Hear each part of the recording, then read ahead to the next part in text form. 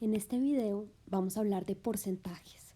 Vamos a hacer distintos tipos de problemas. Por ejemplo, calcular qué porcentaje es una cantidad de otra cantidad. O cómo calcular un porcentaje de algo. O preguntarse, por ejemplo, eso es tanto por ciento de cuánto. Como por ejemplo, no sé, 87 es el 20% de cuánto. Vamos a hablar de aumentos porcentuales y de reducciones porcentuales, y en ambos casos vamos a hacernos preguntas de este tipo. Si una cantidad sube tanto por ciento, ¿en cuánto queda? O si primero tenía una cierta cantidad y luego otra, ¿en qué porcentaje aumentó? Lo mismo para disminuciones porcentuales. Ahora, algo interesante de lo que vamos a hacer acá es que vamos a hacer todos esos problemas sin usar regla de 3. Todo esto en realidad se puede hacer mucho más rápido, en mi opinión, sin tener que recurrir a la regla de 3. Entonces, comencemos. Antes de empezar, me gustaría hacer un repaso muy rápido de distintas maneras de escribir un número. Entonces, por ejemplo, 18%, pues es lo mismo que 18 de 100, se puede escribir como esta fracción.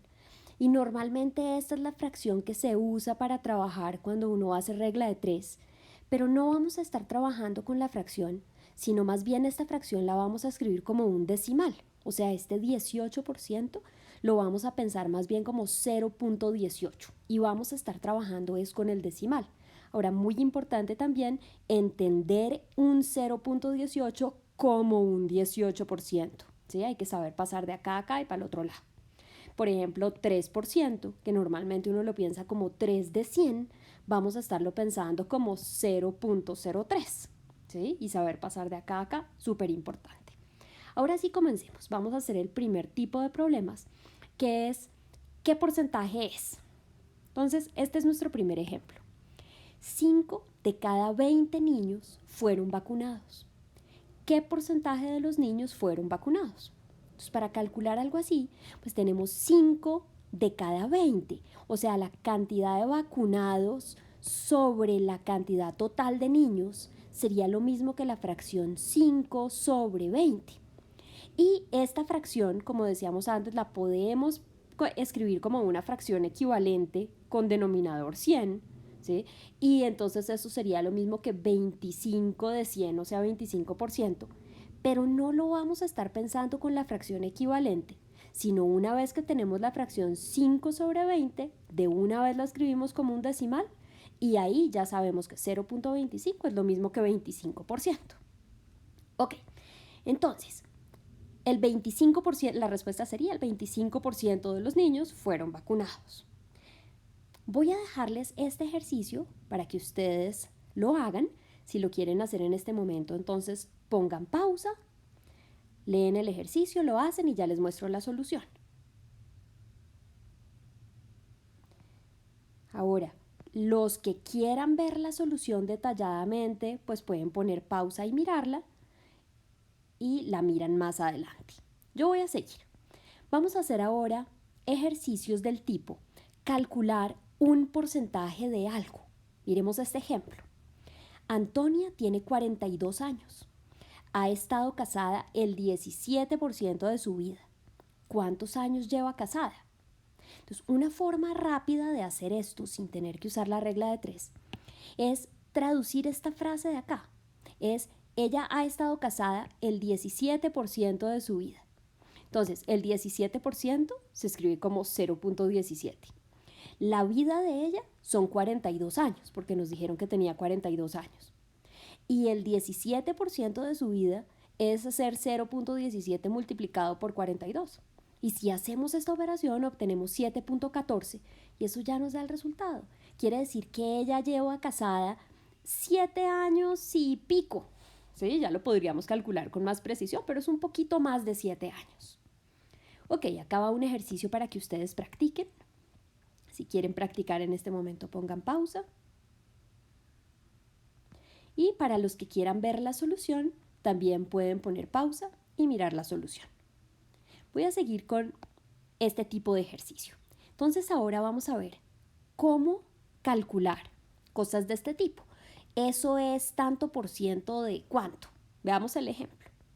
Paulo se comió un paquete de galletas y en el envoltorio dice que consumió 150 calorías, que según el paquete es 8% de las calorías que debería consumir en un día. Entonces, según ese paquete, ¿cuántas calorías debería consumir uno en un día?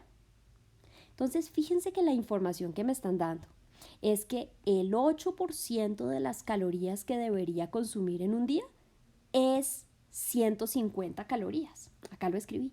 El 8% de las calorías de un día es 150 calorías. Ahora, esta frase la vamos a traducir a matemáticas y se va a convertir en una ecuación.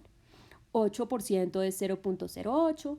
Vamos a llamar a las calorías de un día, a eso lo vamos a llamar C. Fíjense que esa es la pregunta. ¿Cuántas calorías debería consumir en un día? Eso es lo que estamos llamando C. Ahora, el 8% de las calorías de un día, pues es el 0.08 multiplicado por C. Y que eso sea 150 calorías. Este es, quiere decir, es igual a 150 calorías. Por eso lo convierto en un igual 150. Y quedamos con esta ecuación que me dice 0.08 por C es igual a 150. Estamos tratando de encontrar el C, entonces dividimos a ambos lados entre 0.08. Cuando hacen ese cálculo en la calculadora, obtienen 1875 calorías. Es decir, según ese paquete, la cantidad de calorías que debería consumir una persona al día está en 1875. Este siguiente ejercicio se los dejo para que lo practiquen con este método que acabamos de ver. Practíquenlo con este método, si quieren pongan pausa. Y viene acá la solución, también para el que quiera ver la solución con calma, puede poner pausa y mirarla. Ok, voy a empezar a hablar ahora de aumentos porcentuales. Entonces vamos a hacer primero de este tipo.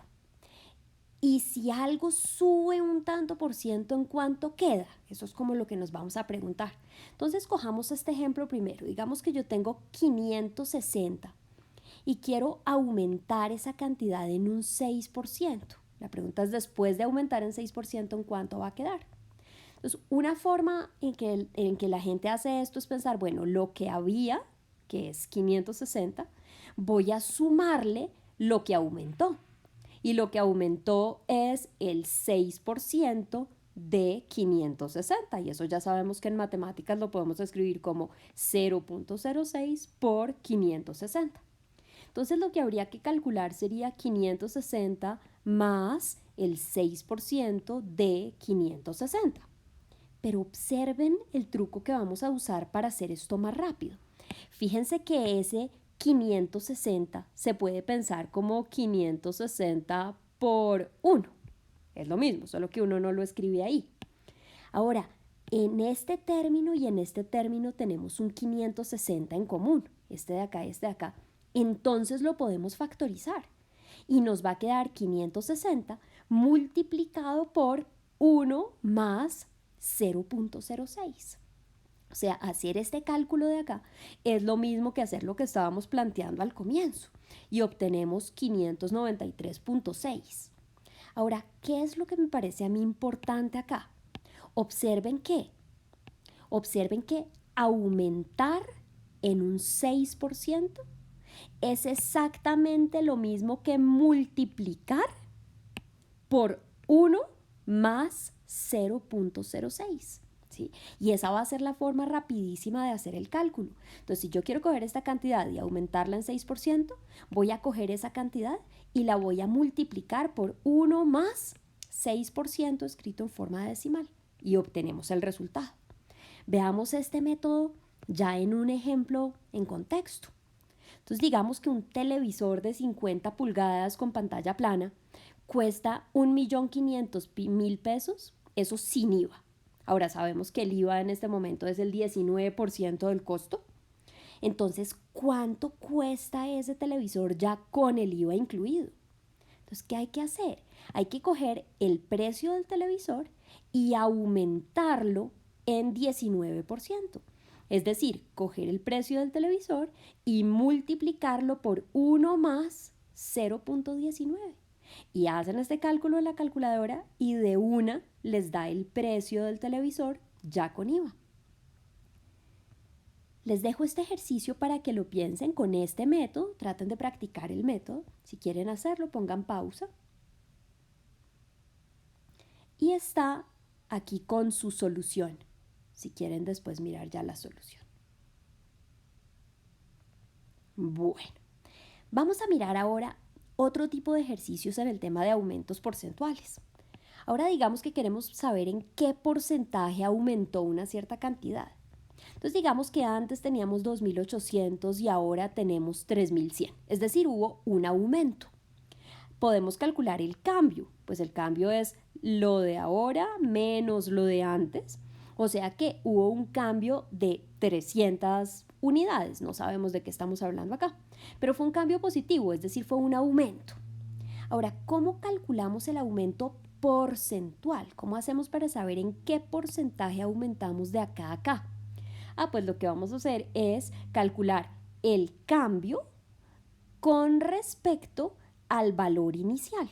Entonces el cambio fueron 300, el valor inicial era 2.800, calculamos esa fracción, nos da aproximadamente 0.11 y sabemos que 0.11 es lo mismo que 11%. Entonces, para pasar de 2.800 a 3.100 hubo un aumento del 11%. Veamos esto en un ejemplo en contexto. Entonces, en las elecciones presidenciales del 2014, votaron 13.185.402 personas en la primera vuelta y 15.774.877 personas en la segunda vuelta. ¿En qué porcentaje aumentó la votación de la primera vuelta a la segunda vuelta? Entonces vamos a usar la misma estrategia. Vamos a calcular el cambio sobre la cantidad inicial. Entonces, ¿cómo calculamos el cambio? Pues lo que hubo en la segunda vuelta menos lo que hubo en la primera, lo que hubo en la segunda menos lo que hubo en la primera, sobre lo que hubo en la primera, porque estamos viendo cuál es el cambio a partir de la primera vuelta. Ok, y si calculan esto en la calculadora, obtienen aproximadamente 0.196 y este número es 19.6%. Es decir, que la cantidad de votos aumentó aproximadamente en 20% de la primera vuelta a la segunda.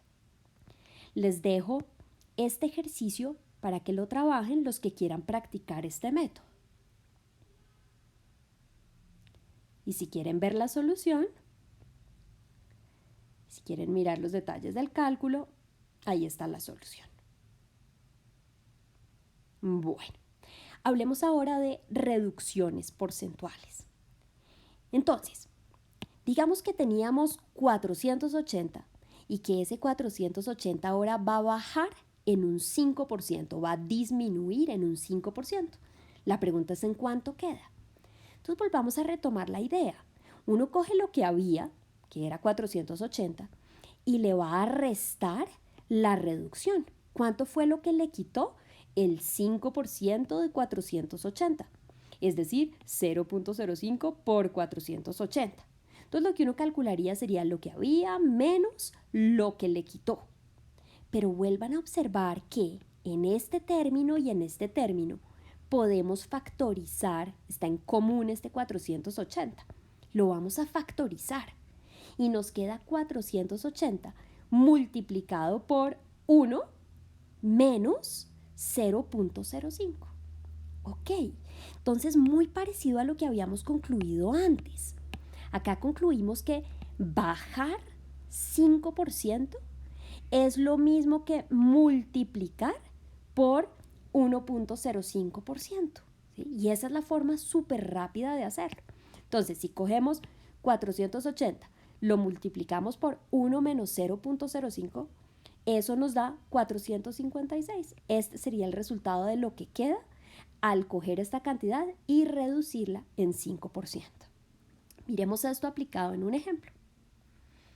Entonces, una nevera costaba 1.399.900 pesos, pero ahora le pusieron un descuento del 27%. ¿Cuánto cuesta ahora la nevera? Entonces lo que tenemos que hacer es coger el precio de la nevera y reducirlo en 27%. reducir en 27% es lo mismo que coger esa cantidad y multiplicarla por 1 menos 0.27. Y si calculan eso en la calculadora, les da 1.021.927 pesos. Eso sería lo que está costando ahora la nevera. Les dejo este ejercicio para que puedan practicar este método. Si quieren hacerlo, pongan pausa. Y si quieren mirar la solución, ahí está con su solución. Ok, vamos a hacer el último tipo de ejercicio. Entonces ahora queremos calcular, dadas dos cantidades, queremos saber en qué porcentaje disminuyó. Entonces digamos que antes teníamos 2.500 y ahora tenemos 2.100. Entonces, ¿cómo vamos a calcular en cuánto cambió? Pues es lo de ahora menos lo de antes. En este caso el cambio es negativo, por lo que hubo una disminución. ¿Y cómo calculamos la disminución porcentual?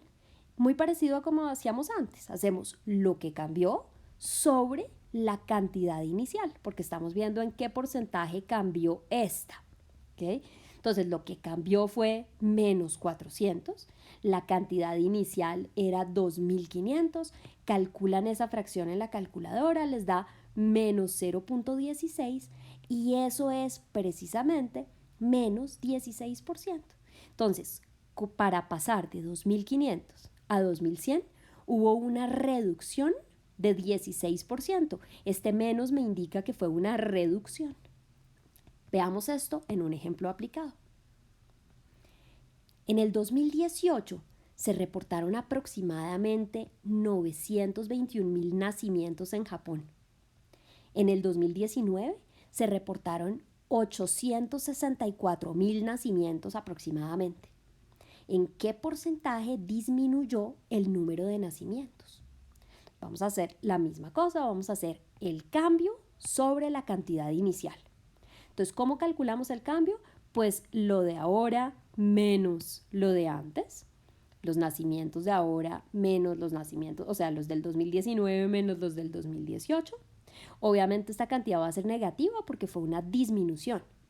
Y eso vamos a dividirlo entre lo del 2018. ¿Por qué entre lo del 2018? Porque estamos viendo qué pasó del 2018 al 2019. Entonces, esta es nuestra cantidad inicial, pues esta. Ok, y si calculan eso en la calculadora, obtienen aproximadamente menos 0.06, es decir, menos 6%. ¿Qué quiere decir? Que del 2018 al 2019, el número de nacimientos en el Japón disminuyó en 6%. Ahora, para terminar, les dejo este ejercicio. Los que quieran hacerlo, pongan pausa. Y acá está la solución.